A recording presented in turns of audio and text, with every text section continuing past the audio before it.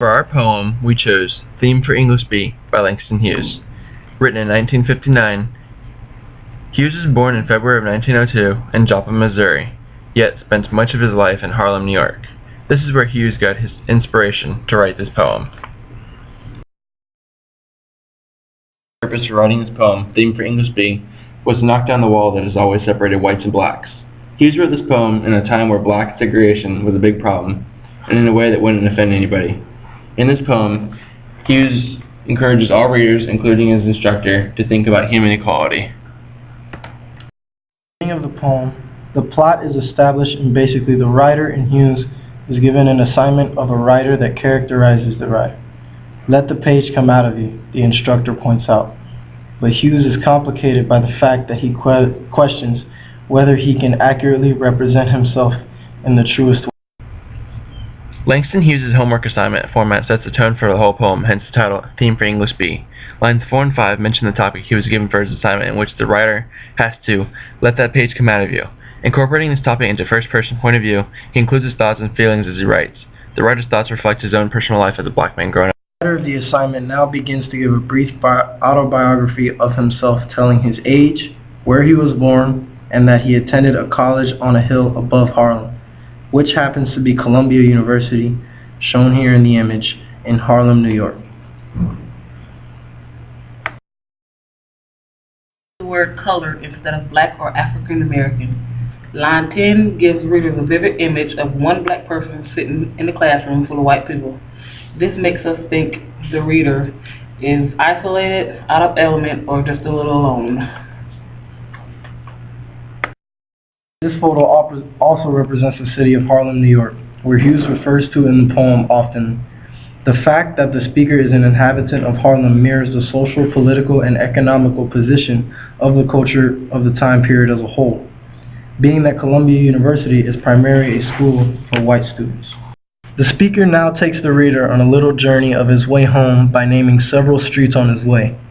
He states that he has now arrived at his home at the Y, which is short for YMCA, or Young Men's Christians Association, also indicating his status that he lives by himself in a rented home with not much money to his name.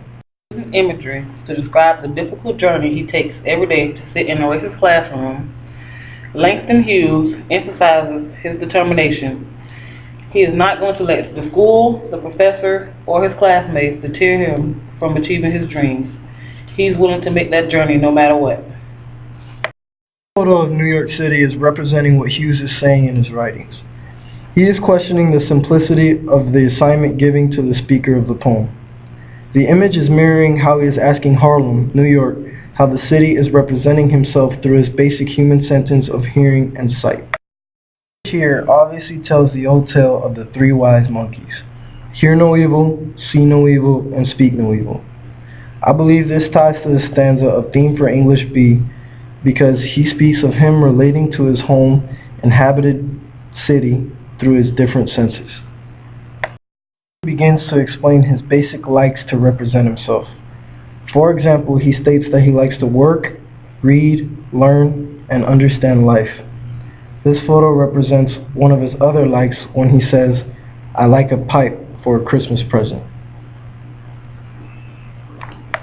Previously stated, he has other likes, including one said before. These involve Bessie Smith, an American jazz singer, bop, a type of popular music that was in vogue in the 40s and 60s, and also Johann Sebastian Bach, shown here, a German composer considered a master of his style of music. Hughes' tone starts to turn from factual statements to more racially inquisitive as he starts to question who he is. Hughes includes the ironical rhetorical question, "So my page be colored that I write?" meaning that because he is writing about himself, the page will not be white, like an instructor may want. He describes himself as a normal 22-year-old that mentions the racial difference of him and the rest of the class, be it how we all are married. Langston Hughes uses alliteration in his poem Theme for English B to keep rhythm and tempo in places that lack a formal rhyming pattern. The primary example of this is Bessie, Bop, or Bach. A secondary example of Hughes' use of alliteration is in the age of the speaker, 22, which is used as a passive pause.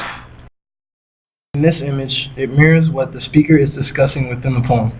He asks if the paper he is writing for the said assignment should validly represent the fact that he is a colored man. Although towards the end of these lines he states that even though he is black and the instructor is white, that they are both a part of each other. American.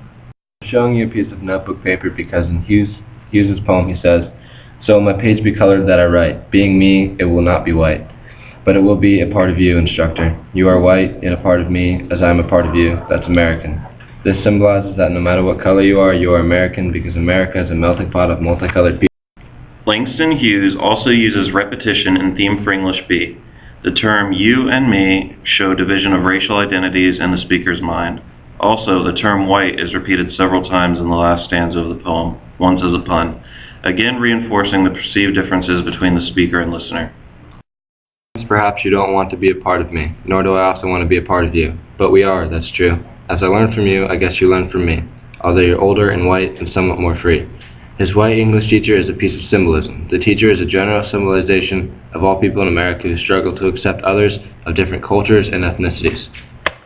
Finally, Langston Hughes concludes his poem by simply stating that although whites at this time didn't necessarily want to integrate and associate with blacks, and blacks did not feel the same way, they can both learn from each other. But in this line states the reality of the time by saying, "I guess you can learn from me, although you're older and white."